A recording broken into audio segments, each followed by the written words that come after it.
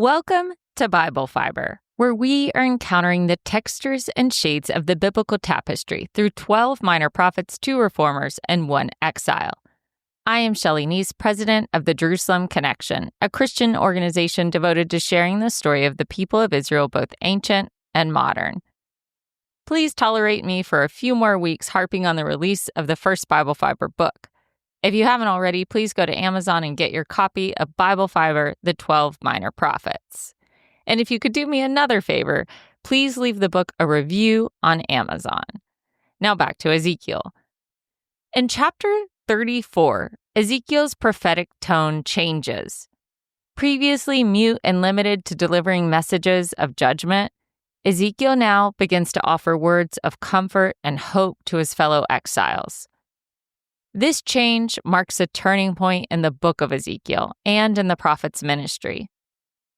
By this time, the number of Jewish exiles in Babylon had grown considerably. Ezekiel could have dwelled on the past, reminding his traumatized audience of the reasons for their punishment in exile. Instead, he chooses a more compassionate approach, metaphorically wiping the slate clean.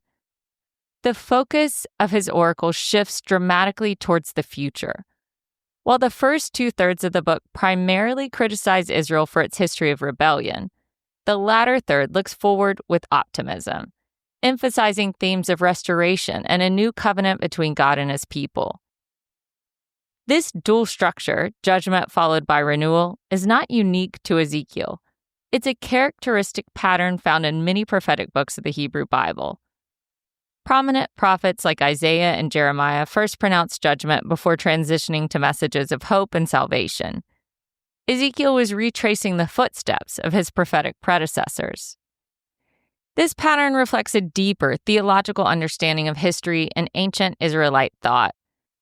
It suggests that history is not random or cyclical, but moving purposefully towards a divinely ordained goal: redemption.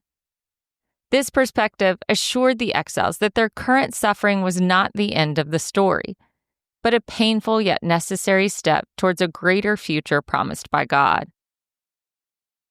Chapter 34 begins with a scathing indictment of the political leaders of Israel, whom Yahweh referred to as shepherds.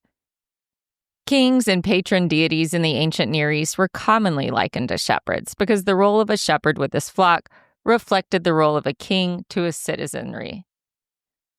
Most likely, Ezekiel had Judah's last string of historic kings in mind: Jehoaz, Jehoiakim, and Jehoiachin, and Zedekiah. In the century leading up to the exile, these 4 kings failed to heed the warnings of the prophets. They dropped all of Hezekiah and Josiah's religious reforms and allowed Judah to indulge in corruption, injustice, violence, and idolatry. Their unfaithfulness to God and poor leadership led to the nation's downfall. It's important to note that Ezekiel wasn't absolving the people of Judah from responsibility. Earlier chapters clearly show that he held every level of society accountable for their actions. Ezekiel recognized that leaders set the tone for an entire society and, as such, bear primary responsibility when that tone becomes godless and disobedient. While Ezekiel had previously condemned Zedekiah's misguided political maneuvers, Chapter 34 presents a broader criticism of the leaders' selfishness, neglect, and abuse of the people they were meant to guide and protect. Speaking through Ezekiel, Yahweh challenged the shepherd kings. "Woe, you shepherds of Israel who have been feeding yourselves! Should not shepherds feed the sheep?" Throughout the chapter, this accusation repeats, emphasizing how these leaders prioritize their own needs over those of their people. Ezekiel's accusations go beyond just negligence. He accused the shepherds of actively exploiting their flock. He states, "You eat the fat, you clothe yourselves with the wool, you slaughter the fatted calves, but you do not feed the sheep." This imagery illustrates how the leaders were stripping the people of their limited resources, their milk, wool, and yearlings for personal gain. A shepherd's primary duty was to nurture and protect the most vulnerable members of the flock. However, because of the widespread moral and spiritual decay in Judean society, the shepherds ignored the weak, sick, and injured among their people. Ezekiel contrasts this neglect with the ideal of a good shepherd, who treats the sheep with tenderness and care. He accused the leaders, saying, "You have not sought the lost, but with force and harshness you have ruled them." The consequences of this negligent leadership were severe. The people likened to sheep were scattered throughout the earth, left vulnerable to predators and suffering from hunger and thirst. In response to this dire situation, Yahweh made a chilling declaration: "I am against the shepherds." Yahweh would have to intervene on behalf of the sheep. Despite having previously entrusted the care of his people to earthly kings, he now declared his intention to remove these corrupt shepherds and reclaim direct responsibility for what he emphatically calls "my flock." This concept of Yahweh as the ultimate shepherd is not new in Hebrew scripture. It's a motif that appears early on with the elderly Jacob in Genesis, referring to God as the God who has been my shepherd all my life to this day. Perhaps the most beloved expression of this idea is found in Psalm 23, "The Lord is my shepherd," a passage that has brought comfort to countless generations.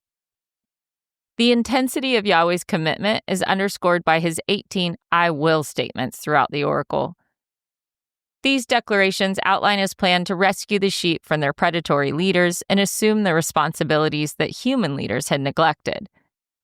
While this oracle pronounces judgment on Israel's leaders, it simultaneously offers a message of salvation and hope for the common people. Yahweh's first action is to search for and sort out his scattered sheep, a task the negligent shepherds had ignored. He said, "I myself will search for my sheep and will sort them out." This gathering is not just about numbers, it's about restoration and healing. Yahweh promises to tend to the hungry, wounded, and frightened sheep, providing comprehensive care, unlike the neglect they experience under human leadership. The promise of restoration goes beyond mere gathering. Yahweh declared, "I will bring them out from the peoples and gather them from the countries and bring them into their own land. And I will feed them on the mountains of Israel by the watercourses, and in all the inhabited parts of the land." This is not a random relocation, but a purposeful return to the homeland, the place where they can truly flourish under the protective care of their divine shepherd. God promised to judge fairly between these groups, separating those who truly belonged to his flock from those who did not. Under the chaotic rule of the corrupt human shepherds, the fat sheep, symbolizing the wealthy and powerful, had oppressed the leaner members of the flock. Ezekiel vividly describes this oppression using pastoral imagery. The fat sheep trampled the pasture and muddied the drinking waters. It's a metaphor for how the upper class of Judah had exploited and damaged the resources meant for all, making life difficult for the poor and vulnerable. The critique of social injustice wasn't unique to Ezekiel. The prophet Amos, for instance, used similar imagery when he compared the greedy elite of his day to fat cows that crushed the needy. Ezekiel's prophecy takes a new turn as he announces the coming of a future shepherd, whom he calls "my servant David." With the end of the Davidic monarchy, the exiles surely questioned how Yahweh allowed for his covenant with David to be broken. Ezekiel's answer was that Yahweh was going to send a new David. The messianic figure would be more than a mortal king. He would serve as God's deputy shepherd or co-regent. By referring to him as a servant, Ezekiel emphasized the king's humility. He stated, "I, the Lord, will be their God, and my servant David shall be prince among them." Christians see hints at the incarnation in this text. The divinely appointed representative would usher in a new covenant of peace, marking the beginning of the Messianic age. The era would see the restoration of blessings outlined in the Mosaic covenant. And notably, Ezekiel would shift from his previous focus on covenant curses to describe the abundant blessings that Yahweh would bestow. Under this new shepherd, the people would experience safety and prosperity. Wild animals would be banished, allowing the flock to dwell securely even in the wilderness. A stark contrast to Ezekiel's earlier prediction of wild animal attacks. The land would become extremely fertile, yielding abundant fruit and harvest, countering the previous warnings of famine. Most significantly, the people would truly acknowledge Yahweh as their God. While Ezekiel often repeats the phrase, "They shall know that I, the Lord, am their God," In this oracle, he added that they will also recognize themselves as God's people, his sheep. In the 10th chapter of the Gospel of John, Jesus was confronted by Jewish leaders who questioned his identity. They wondered whether he considered himself the Messiah. Rather than give a direct yes or no answer, Jesus responded by describing himself as the Good Shepherd. His language was a clear allusion to the prophecy in Ezekiel 34.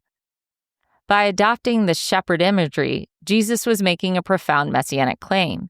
He was presenting himself as the fulfillment of Ezekiel's prophecy, the long-awaited Messiah who would faithfully tend to God's people. Jesus went on to unpack the metaphor further, explaining that as the Good Shepherd, he knew his sheep intimately, and they recognized his voice and he was willing to lay down his life for them. Again, these details echo Ezekiel 34, where the shepherd was described as one who would seek the lost, bring back the strayed, bind up the injured, and strengthen the weak. Unlike the negligent shepherds of old, Jesus even rejoices over the return of one sheep out of 99.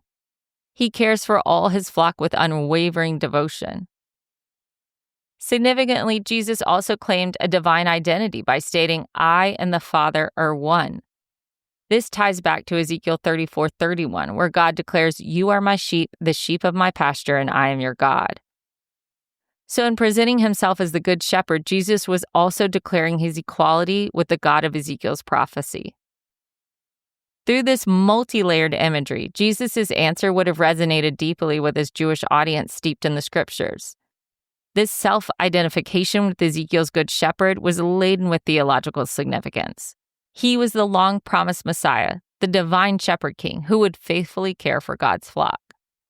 With his coming and his sacrificial death, Jesus also ushered in the covenant of peace, just as Ezekiel 34 described.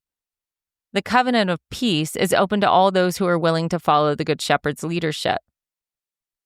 Following the motif of Ezekiel's shepherd, Jesus positioned himself as the long-awaited Messiah who would relieve the burdens of God's people and give them true rest and peace. He uttered the comfortable words, the eternal invitation to become part of his flock. "Come to me, all you who are weary and carrying heavy burdens, and I will give you rest. Take my yoke upon you and learn from me, for I am gentle and humble in heart, and you will find rest for your souls. For my yoke is easy and my burden is light." Join me next week for Ezekiel 35. Thank you for listening, and please continue to take part in this Bible reading challenge. For all the biblical references each week, see the show transcript on our blog or by signing up for our emails at thejerusalemconnection.us. Shabbat Shalom and Am Israel Chai.